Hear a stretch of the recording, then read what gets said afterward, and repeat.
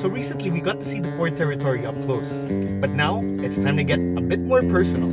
Let's take a drive.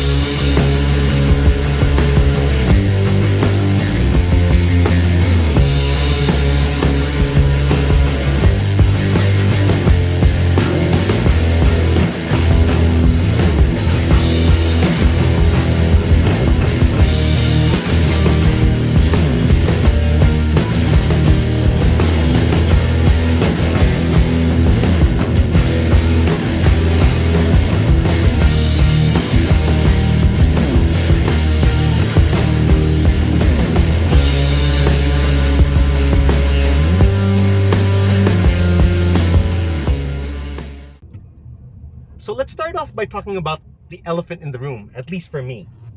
Because when Ford sent me the spec sheet, I was blown away. I was really impressed. That is until I saw that this comes with a CVT, a continuously variable transmission. So does that mean we say goodbye to driving pleasure? Well, let's see.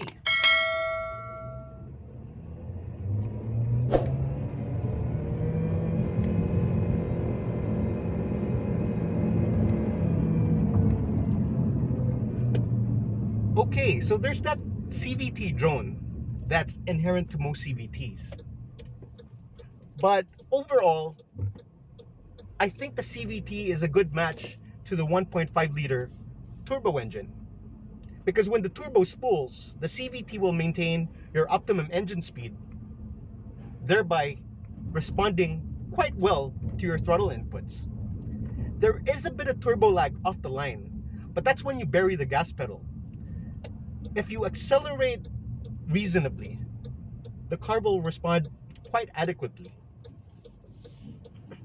So the CVT in this case isn't really an issue for me.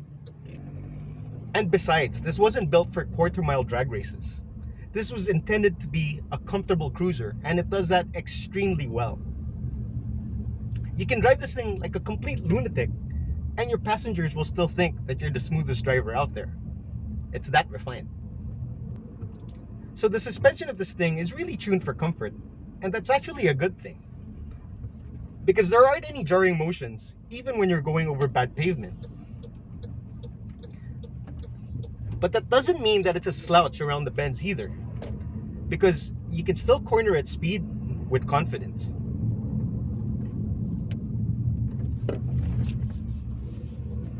You still feel the grip, and there's hardly any body roll. So they struck a really good balance between comfort and handling. So this is the perfect cruiser. It's quiet and comfortable, and NVH is superb. This can even compete with cars twice the price. I'm not kidding. It's really quiet in here. And you also have this gorgeous interior that really adds to the experience. The AC is also really cool. The seats are extremely comfortable, and I even have the seat coolers on. This also has heated seats, although I can't imagine anyone using that in Manila's scorching heat. Not unless you don't like the person sitting next to you and you want to fry their ass. Then by all means, go ahead. Anyway, back to the car. This is a breeze to drive.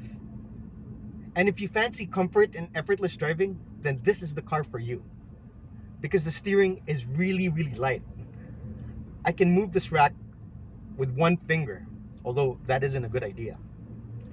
And it does stiffen up as you get faster, but not enough for my taste.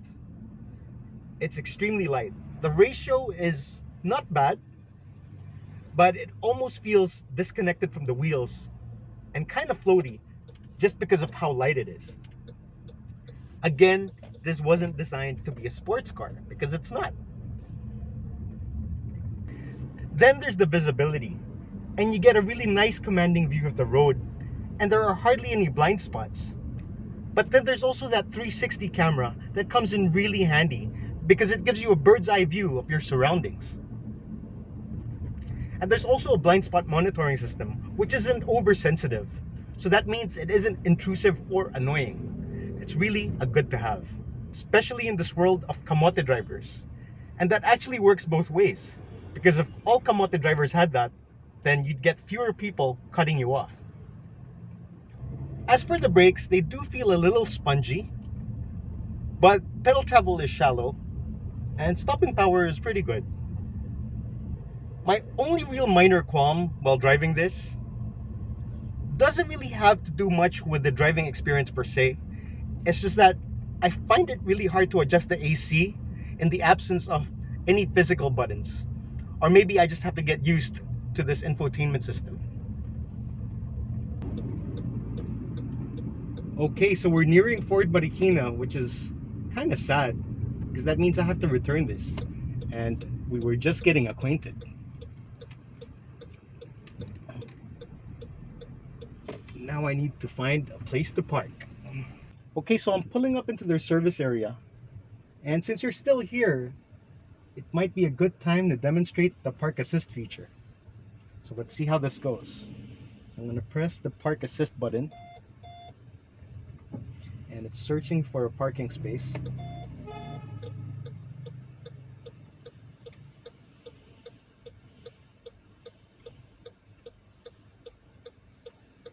I'm going to put into reverse.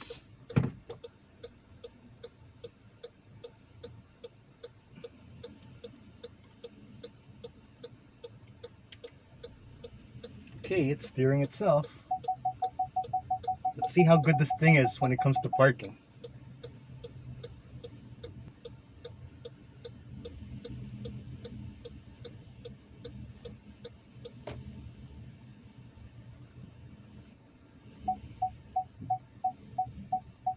It says, please drive backwards. And it looks like I'm awfully close to the vehicle on the left of me.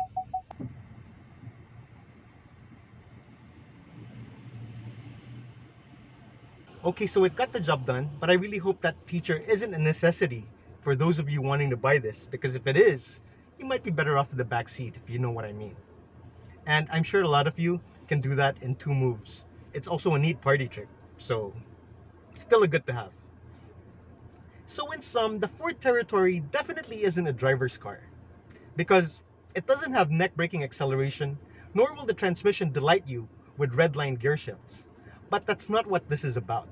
Because if you're like most people and you prioritize refinement, comfort, and convenience, this will put a smile on your face from ear to ear.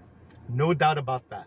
So if you're in the market for a new car and you value refinement, comfort, and luxury at an attainable price, this definitely needs to be on your short list.